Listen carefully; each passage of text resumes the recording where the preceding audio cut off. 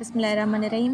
बाबा ही inter class जे बेता शाह अब्दुल करीम बुलड़ी वारो जंहिंजो शाइर आहे। हिन जो पहिरियों शेर आहे, मूरख मूर न बुझणा हेॾां होॾां कनि कटर जिनी अखियुनि में से कीअं पहिरीं पसनि।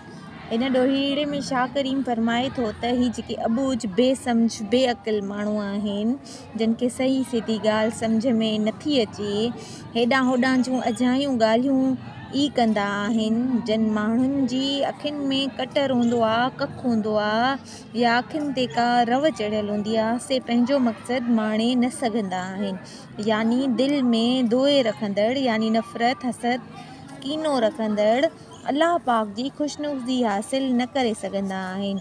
या जिन खे मक़सदु माणण लाइ लालच न हूंदी आहे, मक़सदु माणण जो हिर्स न हूंदो आहे, से असल मक़सदु हासिल न करे सघंदा आहिनि। शाह साहब पंहिंजे ॿिए शेर में फरमाए थो, पाटियूं जा न कजनि रोई धोई अखिड़ियूं, जुर कजर जिन अखियुनि में से कीअं पहिरीं पसनि। हिन ॾोहीड़े में शाह साहब फरमाए थो त जेसी ताईं अल्लाह ताला जी यादि में रोई धोई अखिड़ियूं ख़ुश्क न कजनि या उन्हनि में पाणी या कख या कटर मौजूदु आहे, यानी जेसी ताईं अल्लाह ताला जी हेकड़ाई खे दिलि सां तस्लीम नथो कजे, रब जी रज़ा मिलण बि मुहाल आहे। यानी रब जो राज़पो बि एसी ताईं कोन मिलंदो जेसी ताईं अल्लाह पाक खे सची दिलि सां पंहिंजो हबीब ऐं तबीब न मञियो वञे। ज़ाहिरी माना में जेकॾहिं ॾिसिजे त जेसी ताईं सख़्तु महिनत ऐं जा खोड़ नथी कजे, जेसी ताईं मक़सदु हासिल थियणु ॾाढो मुश्किल आहे। सुस्ती ऐं काहिली इंसान खे मक़सद खां परे रखे थी, जॾहिं त सख़्तु महिनत ऐं जिदोजहद सां पंहिंजो मक़सदु माणे सघिजे थो या वरी हासिल थी सघे थो। टे शेर में शाह साहब फरमाए थो, सजण साथ हेकड़ी जे थिए अखियूं धार, त कर सभु जमार ॾिठो सी न कॾहिं। शाह साहब फरमाए थो त जेकॾहिं सजण हिकु पल लाइ बि अखियुनि खां परे थी वञे थो या हिकु पल लाइ बि नज़र खां ओझल थी वञे थो, त ईअं महसूसु थींदो आहे खेसि पूरी हयाती ॾिठो ई कान्हे।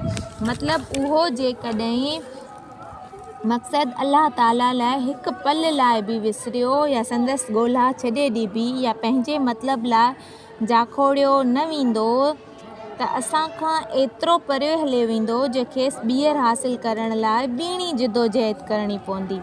हिन बैत मां ही मतिलबु निकिरनि था, हिकिड़ो दुनियावी ॿियो रूहानी। रूहानी मतिलबु त अल्लाह साईं जी ॻोल्हा करणु आहे जो असांजे अंदर में ई मौजूदु आहे, खेसि ॿाहिरि मस्जिद या मंदर में ॻोल्हण जी ज़रूरत कान आहे। पंहिंजो पाण सुञाणणु रब खे सुञाणणु बराबरि आहे।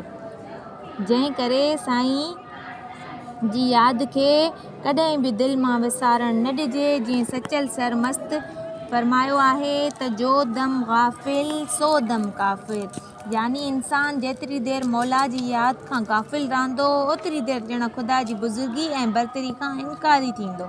शाह करीम मथे बैत में दुनियावी मतिलबु ही आहे त पंहिंजे मक़सद खे विसारे न वेहिजे, न त इहो मतिलबु या मक़सदु माणे न सघिबो। मतिलब जे हुसूल लाइ जिदोजहद करणु घुरिजे, सख़्तु महिनत करणु घुरिजे ऐं न त मंज़िल या मार्ग कोन मिलंदो। इन्हीअ करे पंहिंजे मक़सद खे फ़ौरन या कॾहिं बि न विसारिजे।